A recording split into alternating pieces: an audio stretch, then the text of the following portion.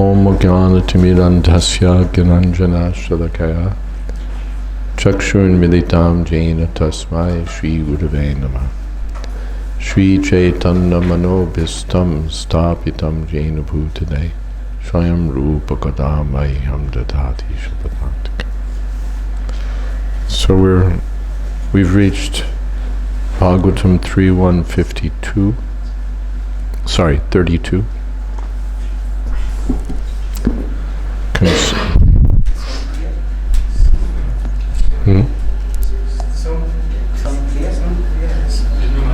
No, it's not. It's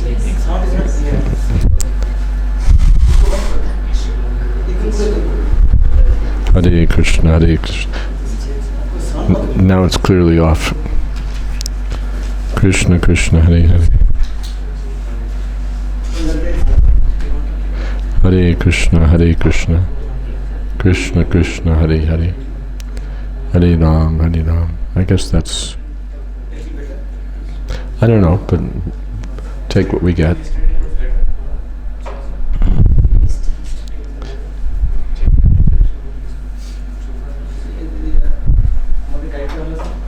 Krishna, Krishna. Hare Hare. Hare Ram, Hare Ram, Ram Ram, Hare. Hare Krishna, Krishna Krishna, Hare. Hare Ram, Hare Ram, Ram. Now we have nothing, practically. Hare Krishna, Krishna Krishna, Hare Hare. Hare Ram, Ram Ram, Hare Hare. Hare Krishna, Krishna Krishna, Hare. Hare Ram, Ram Ram, Hare Hare. Hare Krishna, Krishna Krishna, Hare Hare. All right, is that okay? Okay. We're reading about Vidura's questions to Uddhava concerning at this point, the Yadu dynasty and the members of the Yadu dynasty. Kachchid Buddha swasjanamiva aste Shapalka putro Bhagavat prapannaha Ya Krishna padankita marga pamshush vachetata prema vibinnadaryaha. Please tell me whether Akrura, the son of Shapalka, is doing well. He is a faultless soul surrendered unto the personality of Godhead. He once lost his mental equilibrium due to his ecstasy of transcendental love and fell down on the dust of a road which was marked with the footprints of Lord Krishna. When Akrura came to Vrindavan in search of Krishna, he saw the footprints of the Lord on the dust of Nandagram and at once fell on them in ecstasy of transcendental love. This ecstasy is possible for a devotee who is fully absorbed in incessant thoughts of Krishna. So the Akrura had been sent by Kamsa to fetch Krishna and Balaram for the wrestling match in Mathura. And Bhagavatam describes how along the way he was simply absorbed in thinking of Krishna and Krishna Balaram. Then when he got to Vrindavan, he saw these footprints on the road and began rolling in the dust of Lord Krishna's lotus footprints. And Prabhupada says this is possible for a devotee fully absorbed in thinking of Krishna. The implication is that for someone who's not Krishna conscious, any such display of symptoms of ecstatic Krishna conscious ecstasy is a sham. It's a fraud.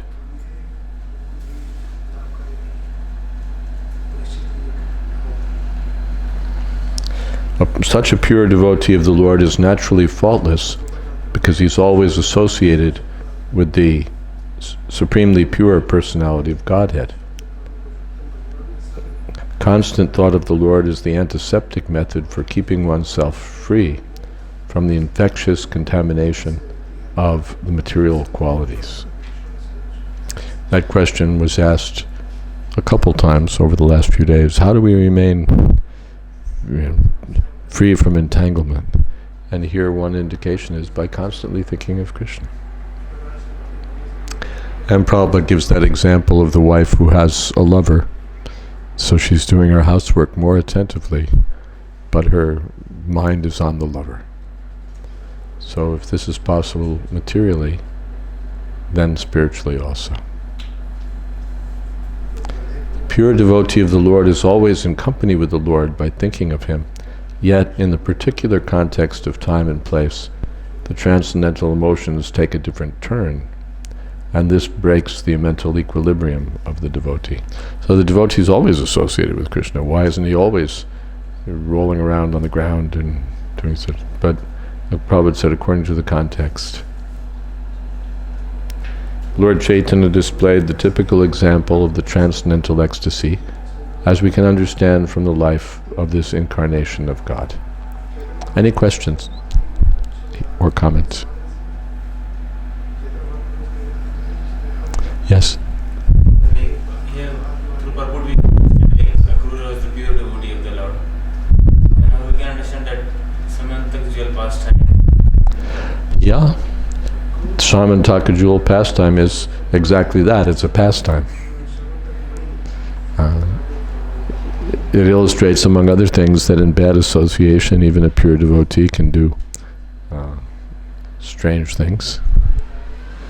But Krishna and Balaram didn't, Lord Krishna didn't demote Akrura, didn't say, okay, now you're out.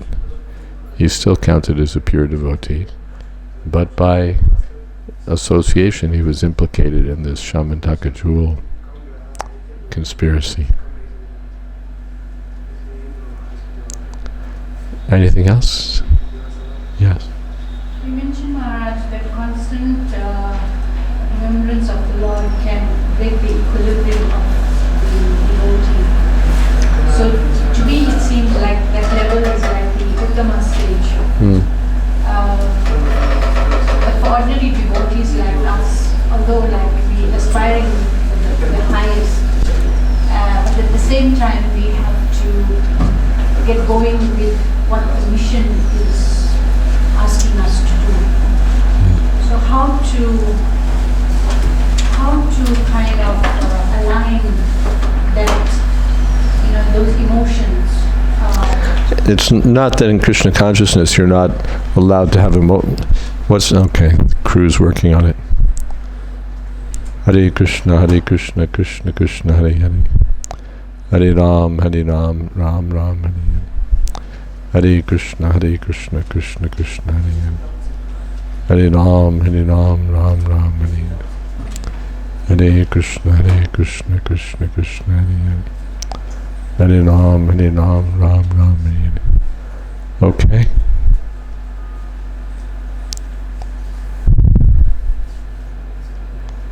Hare Krishna.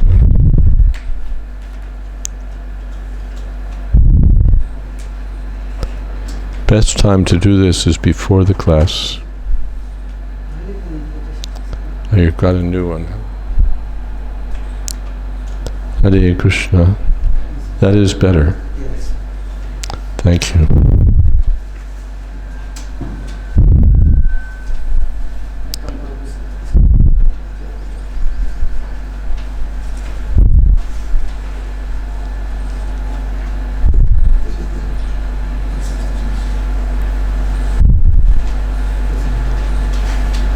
Okay.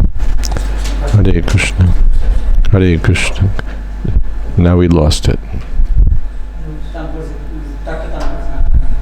Hare Krishna. I don't think so. It was better. Hare Krishna. No. Feedback. Hare Krishna. Okay. Seems alright now. It's not that. No, it's too high. Hare Krishna. Okay. It's not that you're not allowed to have emotions unless you're anuttamadikari. That's not the point. Devotees can all feel transcendental happiness, transcendental separation, various ecstatic symptoms. But these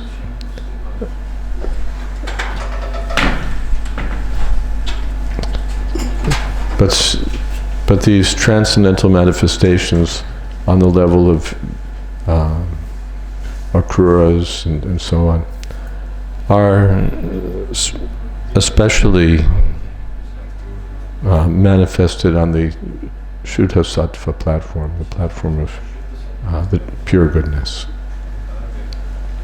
Sometimes Prabhupada mentions that even by association with pure devotees, other devotees, or even those who are not quite devotees, become swept up into the same plane of, or toward the same plane of transcendental ecstasy.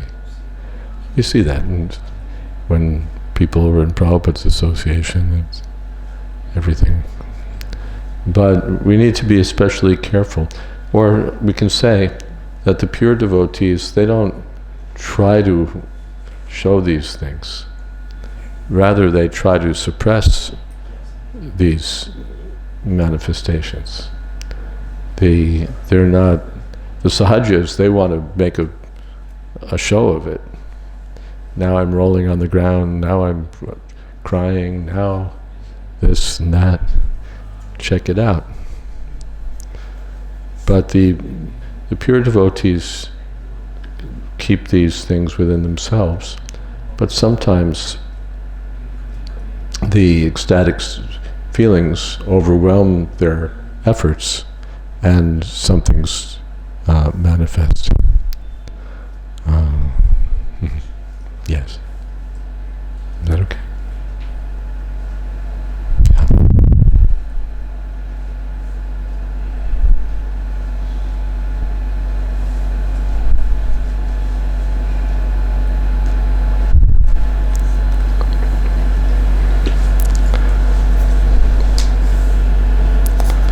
Kachchit Shivam Devaka Bhoja Putriya Vishnu Prajaya Iva Deva Matuhu Ya Vaisvagarbhena Datara Devam Trayiyata Yagya Vitanam Artam.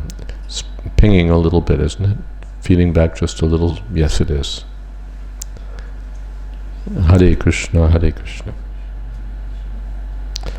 As the Vedas are the reservoir of sacrificial purposes, so the daughter of King Devaka Bhoja conceived the Supreme Personality of Godhead in her womb, as did the mother of the demigods. Is she, Devaki, doing well? So there's no difference between the Vedas and the Lord. And therefore,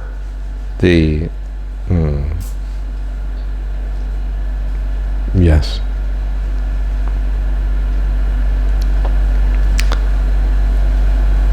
Devaki is compared to the meaningful Vedas and the Lord to their purpose personified. Who's the mother of the demigods? That's mentioned here. The mother of the demigods was also conceived the Supreme Personality of Godhead. Aditi, mother of Vamandev.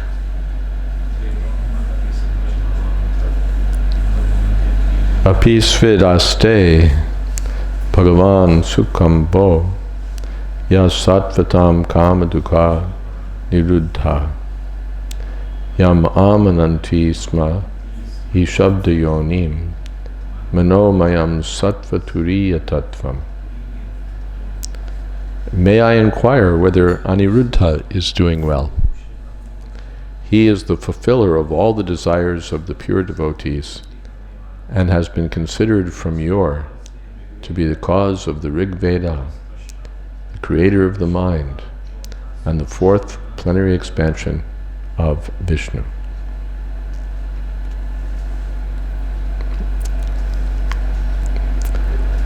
So the Adi Chaturbhuj are the original expansions from Baladev, Vasudev, Sankarshan, Pradumna, Aniruddha. They appeared with Lord Ram as Ram, Shatrughna, Bharat. One more.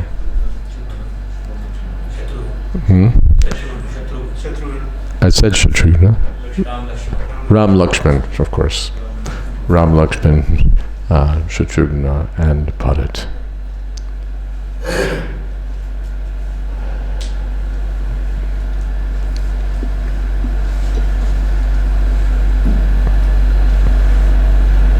All of these,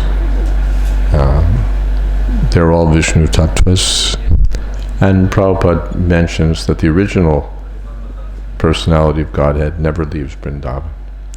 Vrindavanam parityaja padamekam nagacchati.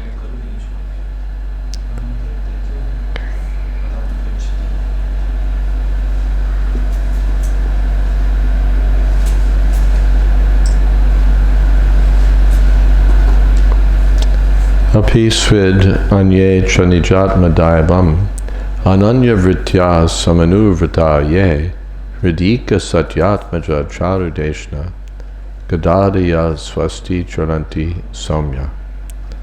O sober ones, others such as Hridika, Charudeshna, and Gada and the son of Satyabhama, who accept Lord Sri Krishna as the soul of the self and thus follow his path without deviation. Are they well? Hridika is the father of Kritavarma.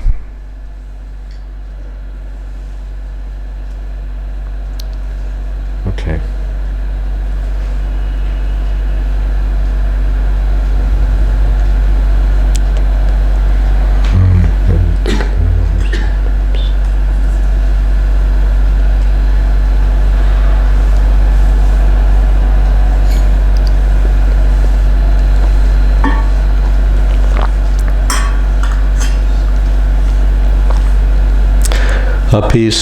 Apisva dorbhyam Vijayachutaabhyam dharmena dharma paripati setum Duryodhano tapyata yatsabhayam samrajya lakshmya vijayanu. Also let me inquire whether Maharaj Yudhishthira is now maintaining the kingdom according to religious principles and with respect for the path of religion. Formerly, Duryodhana was burning with envy because Yudhishthira was being protected by the arms of Krishna and Arjuna as if they were his own arms. Well, now the questions turn to the Pandavas. Previously the Yadus, now the Pandavas. Because Vidura is on pilgrimage. So on pilgrimage you don't get the news. You're off in some holy place, off in a remote location, and so many things happen, and there's no internet, thankfully. And so you only get the news when you meet someone and you say, well, what's the news? Vidura particularly walked out before the Kurukshetra battle. So that was a huge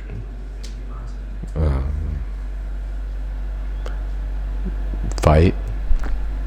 So many things changed, so many heroes lost their lives, and the whole state changed hands.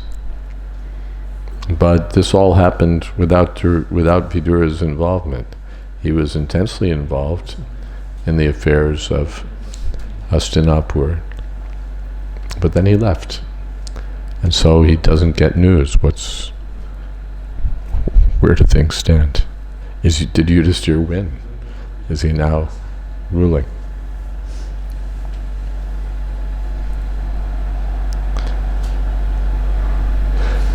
Maharaj Yudhisthira was the emblem of religion. When he was ruling the kingdom with the help of Lord Krishna and Arjuna, the opulence of his kingdom surpassed all imaginations of the opulence of the kingdom of heaven. His actual arms were Lord Krishna and Arjuna, and thus he surpassed everyone's opulence.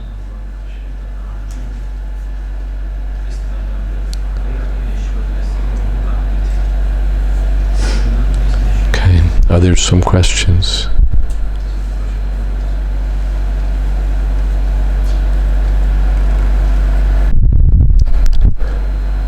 Is that a question? Okay. This morning only I was discussing, I was hearing like this Prabhupada lecture was going on the ashram. So the Prabhupada mentioned like 18 Ashwini's soldiers were there killed there on the both the sides. And sometimes we heard that the total like 60 crore, 62 crore sometimes people in Greece get killed during war of Kurukshetra. How we can reconcile both the statements? How can we? Reconcile and understand these both statements, like one place 62 crores of the people. How do they all fit? Is that the question? What's the question about the 60 crores? Sometimes I heard many devotees lectures that the total 62 crore people get killed during war of this Kurukshetra. Yeah, so what's the question? And one place like Prabhupada was mentioning total 18 Ashwini Sena was there. Yeah. Well, you have to do the arithmetic for an Ikshoni and how many people are there. So many thousands of men, chariots, elephants, and so on. Prabhupada has given that calculation also. Like one Ashwini around 5 lakhs total. Okay. So I can't say anything. A lot of people died.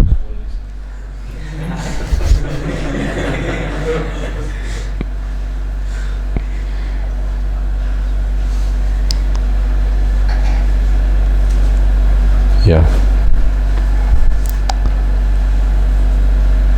Anything else? Yeah. How is it that these kings would have kingdom which is as opulent as the heavenly planets?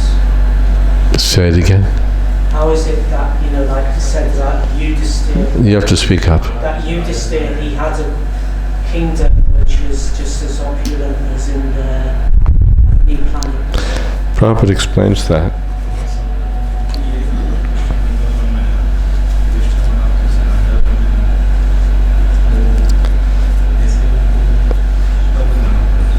With the help of Krishna and Arjuna, the opulence of his kingdom surpassed all imaginations of the opulence of the kingdom of heaven. His actual arms were Lord Krishna and Arjuna, and thus he surpassed everyone's opulence. So even yes, with Krishna there's no limit. Is that okay? Normally the heavenly planets are the most opulent, but when Krishna is someplace, it becomes more opulent.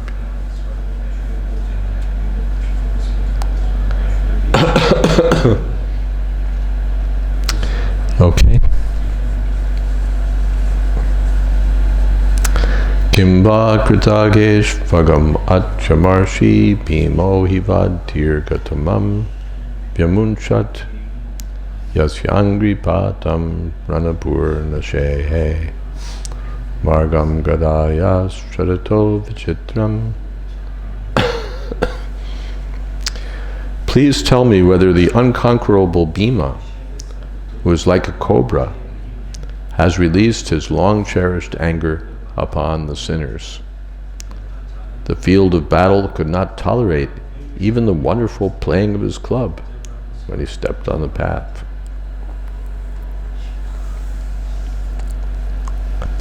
Vidura knew the strength of Bhima. Whenever Bhima was on the battlefield, his steps on the path and the wonderful playing of his club were unbearable for the enemy.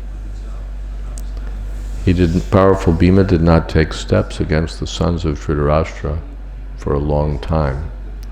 Vidura's inquiry was whether he had yet released his anger, which was like that of a suffering cobra. So Bhima, who's like itching to kill these Kauravas. They'd insulted Draupadi, they'd stolen the kingdom, they'd insulted the Pandavas in so many ways, tried to kill them in so many ways. So Bhima was just ready to kill them all, but due to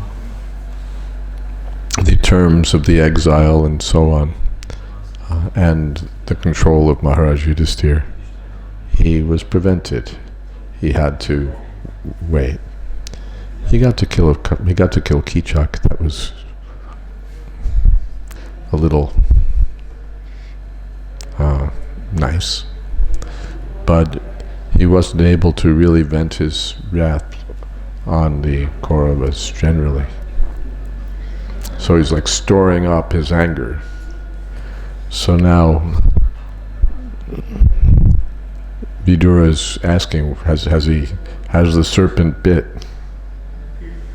Has he vented his anger on the Kauravas?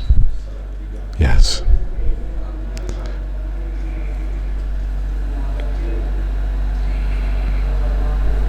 Which would be, you can just imagine how powerful Bhima was, and therefore how fearsome for the Pandavas.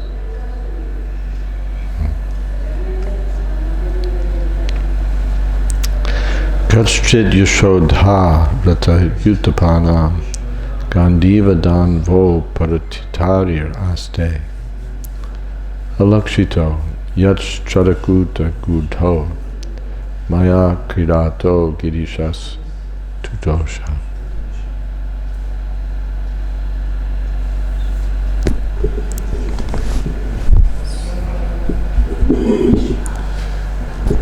Okay, maybe that'll be a little better. Please tell me whether Arjuna, whose bow bears the name Gandiva, and who's always famous amongst the chariot warriors for vanquishing his enemies, is doing well. He once satisfied Lord Shiva by covering him with arrows, when Shiva came as an unidentified false hunter. Purport: Lord Shiva tested Arjuna's strength by picking a quarrel with him over a hunted boar. He confronted Arjuna in the false dress of a hunter, and Arjuna covered him with arrows until Lord Shiva was satisfied with Arjuna's fighting. He offered Arjuna the Pashupat weapon and blessed him. Here Vidura inquired about the great warrior's well-being. Arjuna was advised to collect these divyastras, divine weapons, from the demigods. So he was worshipping Lord Shiva, who has the Pashupatastra. And Lord Shiva wasn't appearing, but in the midst of things there was some argument over a boar. Arjuna shot it, and this unknown hunter shot it, and each one was claiming, I shot it first. So Arjuna, as it's described here, covered the other hunter with arrows. And the other hunter was very satisfied. He was actually Lord Shiva disguised as a hunter. So he was pleased and gave Arjuna the necessary weapon. Okay. Sorry for being a little slow today. It was sort of been having a tough time. Tomorrow will be completely different.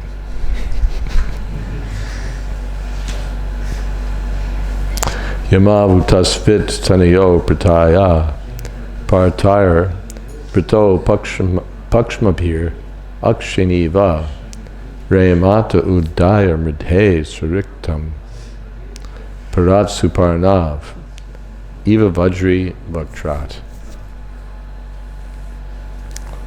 Are the twin brothers who are protected by their brothers doing well? Just as the eye is always protected by the eyelid, they are protected by the other sons of Pritha,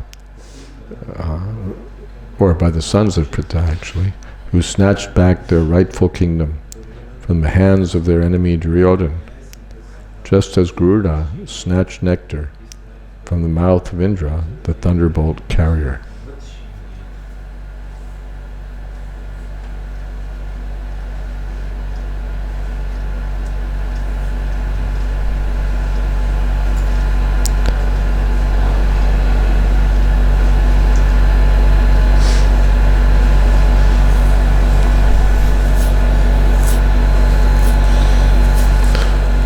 Vidura's inquiry was about the youngest brothers, Nakula and Sahadev, the twin sons of Madri.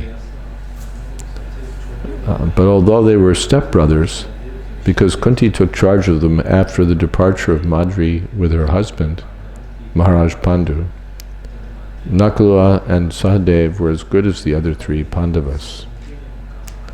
The 5 brothers are known to the world as regular brothers. So yes, there was no division there that we're the number 1 brothers, you're the number 2 brothers. There was no such consideration. Who's a brother, who's a stepbrother? They were all equally brothers. Yes. And they were the youngest, so they were protected, especially by the older brothers. Sahadev was a favorite by Kunti among them. Anything more here?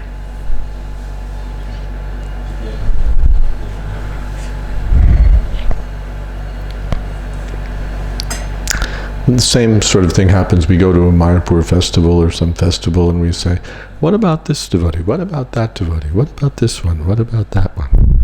Because we all also don't get the news. What about this one? What about that one? Then we hear this one, this. So Vidura is inquiring, since he has the opportunity to meet Uddhava.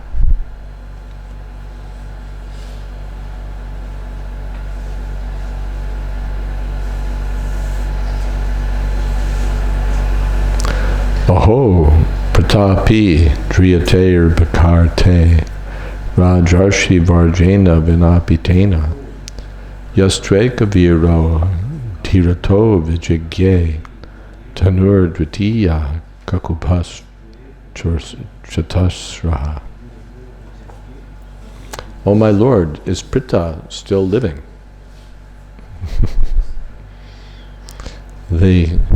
That question comes.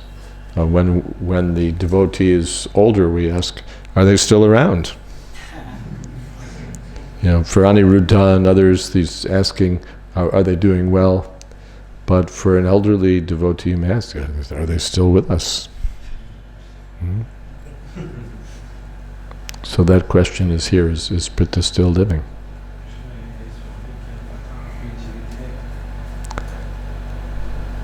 Yes. She lived only for the sake of her fatherless children. Otherwise, it was impossible for her to live without King Pandu, who was the greatest commander and who alone conquered the 4 directions, simply with the help of a second bow. Purport: a faithful wife cannot live without her lord, the husband, and therefore all widows used to voluntarily embrace the fire which consumed the dead husband. This system was very common in India because all the wives were chaste and faithful to their husbands.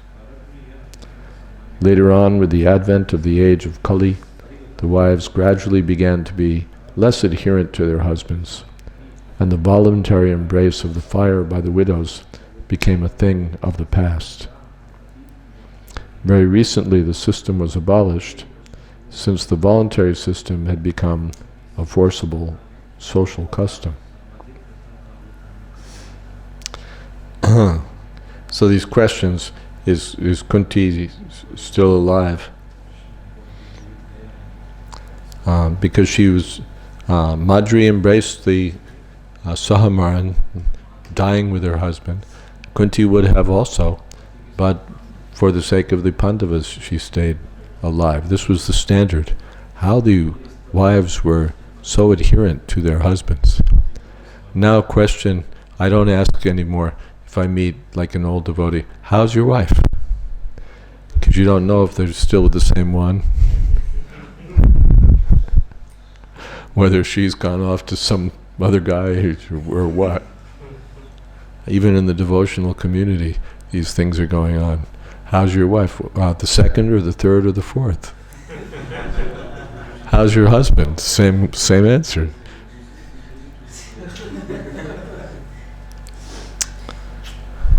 So this is the Kali Yuga, that it simply becomes,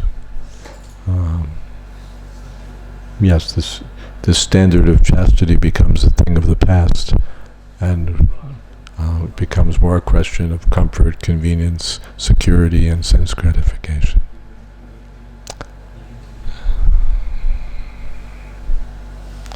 But the chaste wife would feel the separation of the husband so acutely, they would voluntarily die. Someone gave the example that when that ship went down, the Titanic, huge disaster, then some of the women, when they found out, who were on board, when they found out this, my husband is drowned, then they thought, what's the use of living?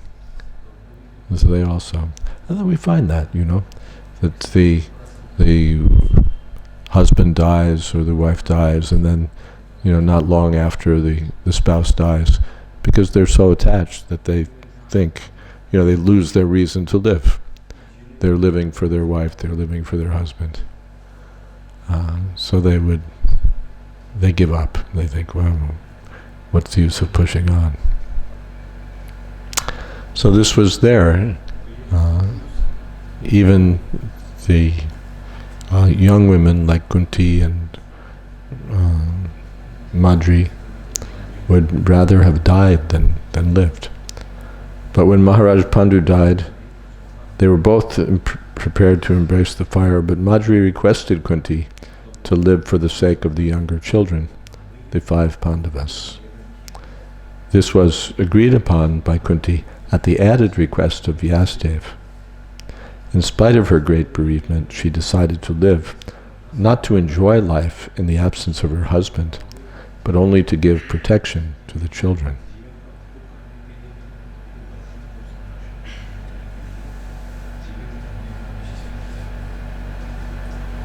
So that's it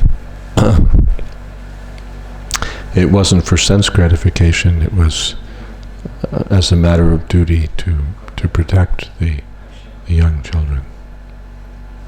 Now people are so addicted to sense gratification that in spite of the children, they divorce, they separate, they don't care. Things have become so, what is that? Dampatyo ratam evahi. That in Kali Yuga, previously we hear that it was so primitive in India that the parents used to choose the husband and wife. Now, fortunately, we've advanced, and so the young boys and girls can exercise their own best judgment and choose a suitable husband or a suitable wife, and this is so much better. But it's not. The young man and woman are the least qualified to choose. They're, what is that? Yes, their minds will be carried away by physical attractiveness, by some romantic idea, which doesn't last. This is the nature of passion. that it doesn't stick. And so there's so many marriages that end in divorce.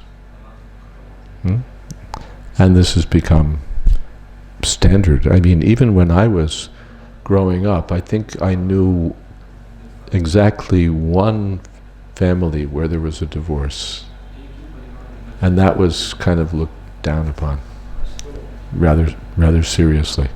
I had one cousin who'd been divorced. That was the only incident, only example I knew of. Now it's 1 out of 2. Yeah, 50%. Yeah. 50% divorce rate. Because they enter into it, and now also the system has come in America. It used to be first you get married and then everything else follows. Now the system is first everything else and then maybe you get married. You know, they live together, they have sex, they try out the relationship, and then if it seems to be working, they may commit themselves. Because people, understandably, they're so afraid because these relationships are so fragile, so they don't want to get lost in something. So better to try it out first and see if it's going to stick. But that doesn't work either. That doesn't work either. And the statistics are also against that.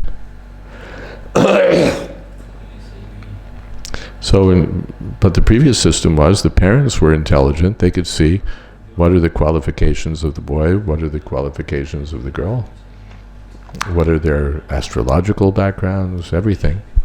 And they would choose. And then so much energy was invested from both sides that it was not just a question of personal happiness, but it was also a matter of, you really had two families getting married with all of the extended connections. So they would be so wrapped up, when those hands were put together, it would be very hard to break them up again. You're in for life practically, till you take sannyas, if you dare. That relationship is fixed. You can't just whimsically say, yeah, we realized that we weren't really compatible, or we realized that it was better to go our separate ways. We realized that, we realized this, we realized that. And second marriages do worse, by the way. The couples who are married for the second time have a higher divorce rate than the first. Maybe they were supposed to have known better because they've done it. No. Higher rate.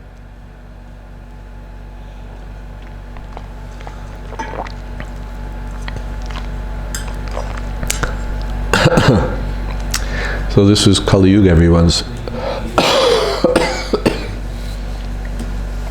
Kamopaboga Parama.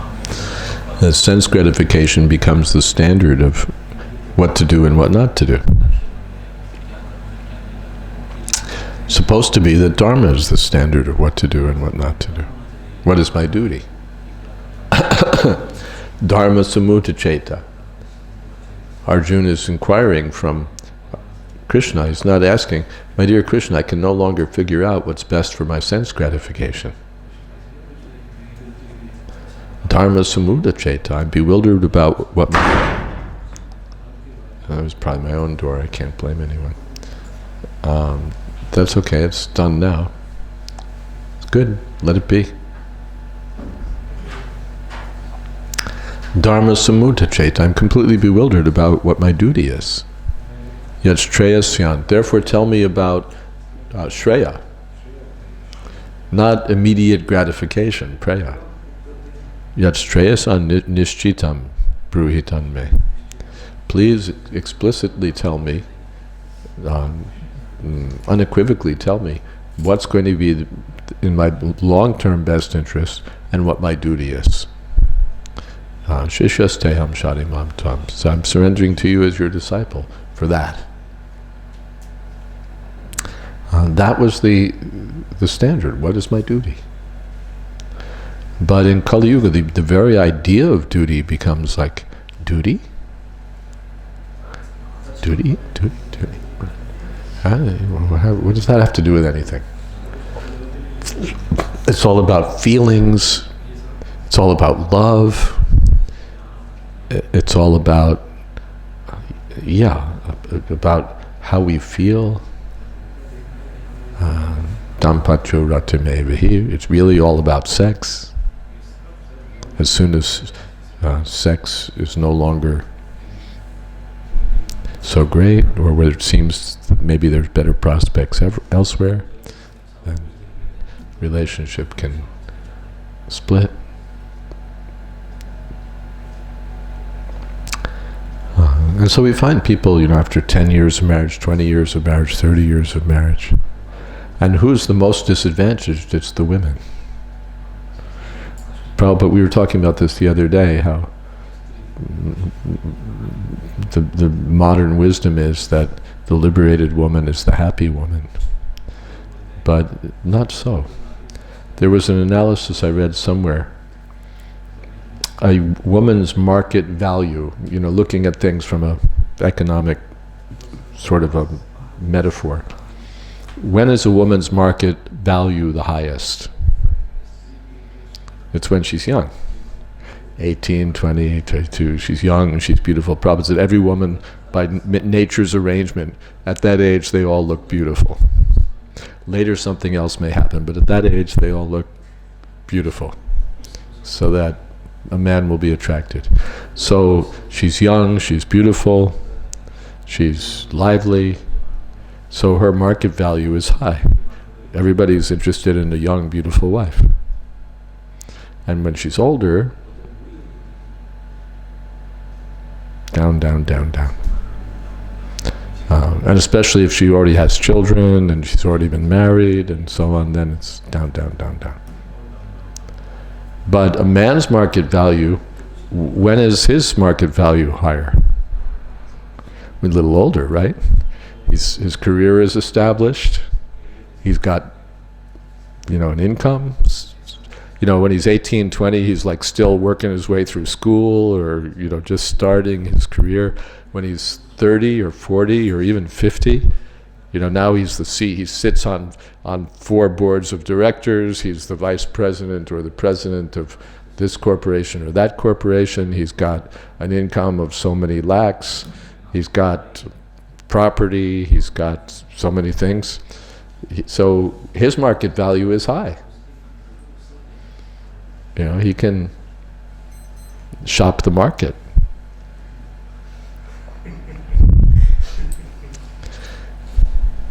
And so he can also ditch his wife of, his like 40-year-old wife and get a nice 20-year-old wife.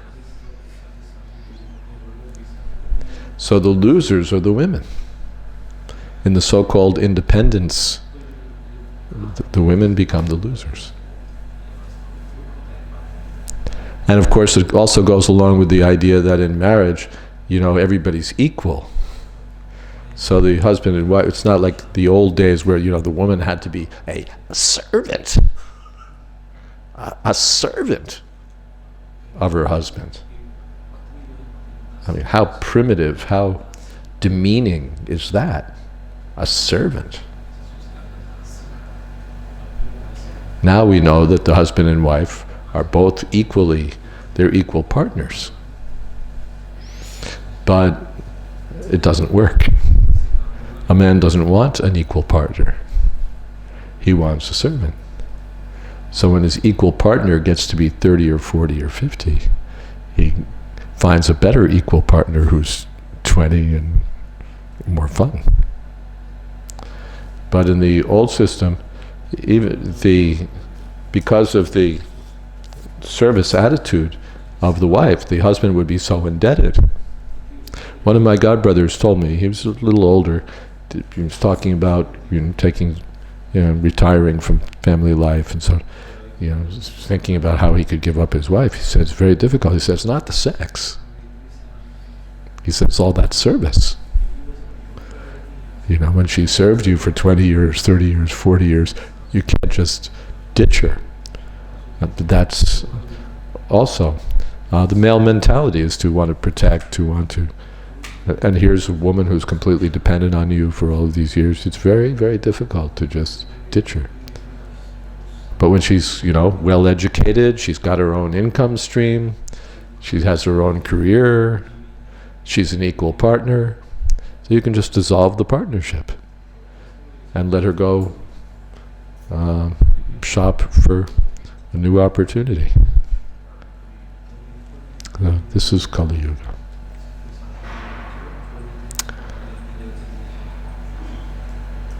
But we see the example of Kunti Devi and Madri. They were both completely devoted to their husband, and Kunti lived only to protect the young boys.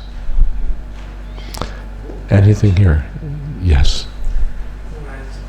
Is there any concept of male chastity? Yes, that also. The trained brahmacharis would not be just sense gratifiers, going from this woman to that woman, this woman to that. And therefore our principle, no illicit sex. What is that? Striyam shunam, dutam panam striyam shunam, yatra dharma chaturvita. In the first canto. These are the 4 principles of adharma. The illicit sex, gambling, intoxication, meat eating. So the husband also is not supposed to be, not that the wife is supposed to be the emblem of chastity, and the husband is supposed to be a debauchee. That also. But he could marry more than one wife. That was there. But he had to maintain them. Not more than he could maintain. Anything else? Yes? From what I gather, it's like there seems to be a strong impetus for women to become spiritually empowered so that they can take care of their own deficiencies. Their own Deficiencies. Everyone. Why only women? Men, women, they should all be spiritually empowered or spiritually trained and inspired in Krishna consciousness, so that they can overcome their own deficiencies or make their life successful. Why only women? Men also. Both. Yes. But Prabhupada mentions that the women particularly should be engaged in religious activities so that their good nature will come to the fore. Yeah. Mm-hmm. So the man is not that responsible, and he is going for other women, even though he's married. Mm-hmm. Does that qualify him to be given up by the woman?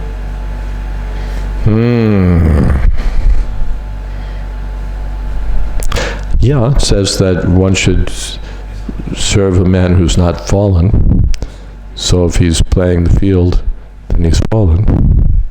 But Prabhupada mentioned that his sister was still faithful to her husband, even though it was known that he was doing so many extracurricular things. And he would never say that she would never say that my husband is off drinking. She would just say that he's not at home right now. She would never complain.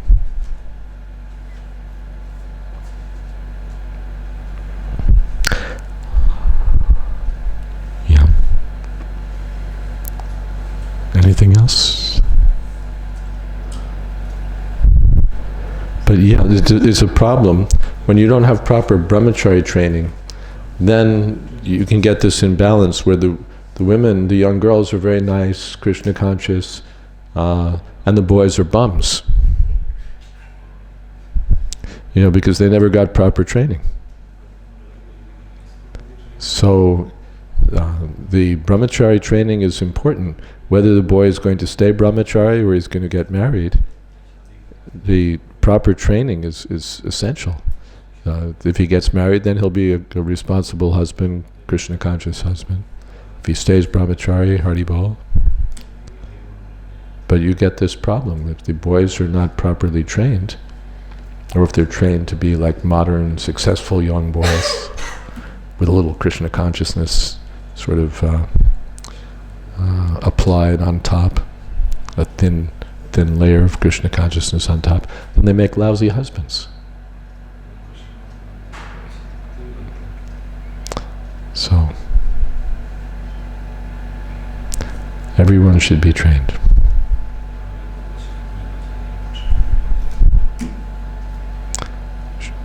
Anything else? It's different.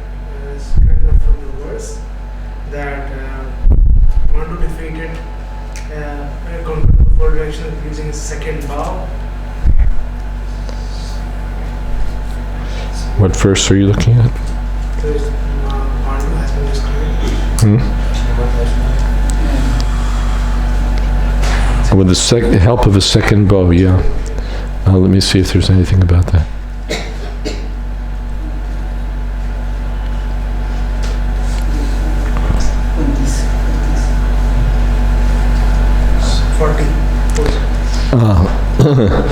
Srila Vishwanath Chakravarti Thakur says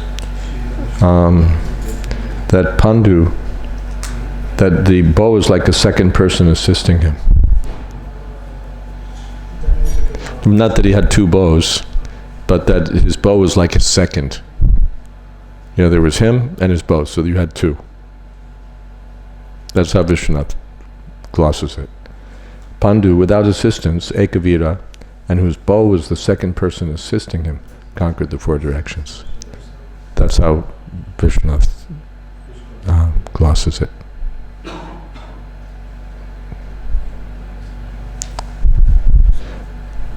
Okay. All right. Thank you all very much. All glories to Srila Prabhupada.